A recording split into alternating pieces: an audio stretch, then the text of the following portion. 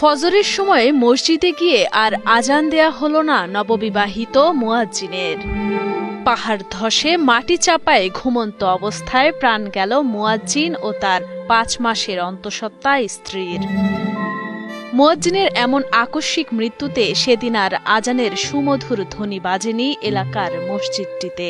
যার আজানে মানুষ ঘুম ভাঙে এবং নামাজ পড়তে যায়, সেই মুয়াজ্জিন তিনি তার সহধর্মিণী সহ ভোর রাতেই মাটি চাপা পড়ে মৃত্যু হয়েছে।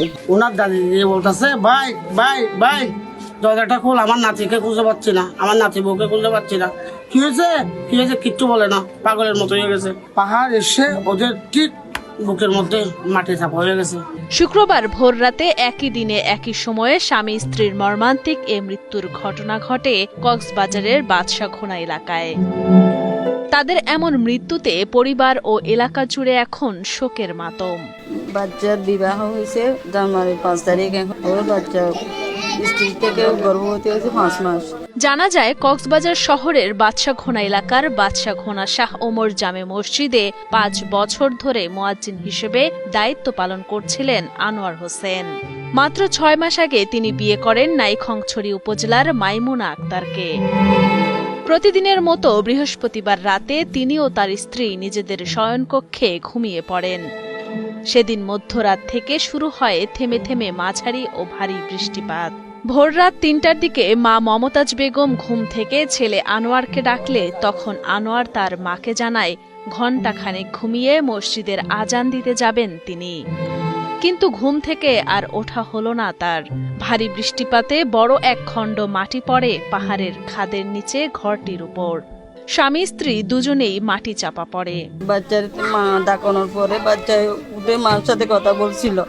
মার সাথে কথা বলার পরে বাচ্চা বলতেছে, আমি এখানে কিছু হবে না, আমি এখানে শুই গেলাম। মা শোয়ার পরে বলতেছে, মা বলতেছে আমি নামাজে পরে যাব। আমি আরেকটু শুই গেছে, যাওয়ার পরে আধা ঘন্টা পরে নাকি এখানে পাহাড় এসে পড়ে গেছে, মা জানে না। মানে দরজাটা বন্ধ, মাটি পরানো, বাচ্চারা কোথাও পাচ্ছে না, মাটির ভিতরে ওরা ছিল, স্ত্রী সহ একসাথে মারা গেছে। পরবর্তীতে মায়ের সোর চিৎকারে স্থানীয়রা এগিয়ে এসে মাটি চাপা অবস্থায় ২ জনকে উদ্ধার করে কক্সবাজার সদর হাসপাতালে নিয়ে গেলে কর্তব্যরত চিকিৎসক তাদের মৃত ঘোষণা করেন।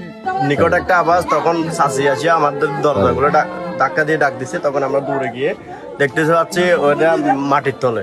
২০ মিনিট ২৫ মিনিট পর উদ্ধার করে তাদেরকে হাসপাতালে পাঠাইছে। পাড়ার এখানে এলাকার যারা লোকজন আছে কাউকে ডেকে আনছি, এভাবে ডেকে আমরা ওদেরকে উদ্ধার করছি।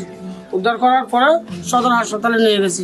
বর্ষা মৌসুমে পাহাড় ধসের আশঙ্কায় ঝুঁকিপূর্ণ বসবাসকারীদের মাইকিং করে প্রশাসন বারবার সতর্ক করলেও কর্ণপাত না করায় এ ঘটনা ঘটেছে বলে মন্তব্য করেন কক্সবাজার পৌরসভার ৯ নং ওয়ার্ড কাউন্সিলর হেলাল উদ্দিন। যারা পাহাড়ের চূড়ায় বসবাস করে তাদেরকে আমরা সতর্ক করার পরও কিন্তু তারা ঝুঁকিতে বসবাস করতে তারা প্রস্তুত রয়েছে, কিন্তু তারপরও নিরাপদ স্থানে চলে যাওয়ার জন্য তারা কর্ণপাত করে না।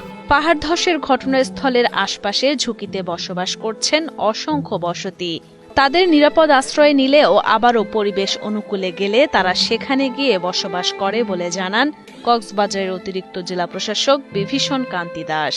আমরা প্রতি বছরের চেষ্টা করি, এখনো চেষ্টা করে যাচ্ছে আমাদের, তারা যাতে অবশ্যই নিরাপদ আশ্রয়ে চলে আসে, কিন্তু পরিবেশ যখন অনুকূলে যায় তারা আবার সেখানে আশ্রয় গঠন করে, তাদের অনেকেই বসতভিটাও রয়েছে। কক্সবাজার জেলা সদর হাসপাতাল মর্গে রাখা হয়েছে ২ জনের মরদেহ।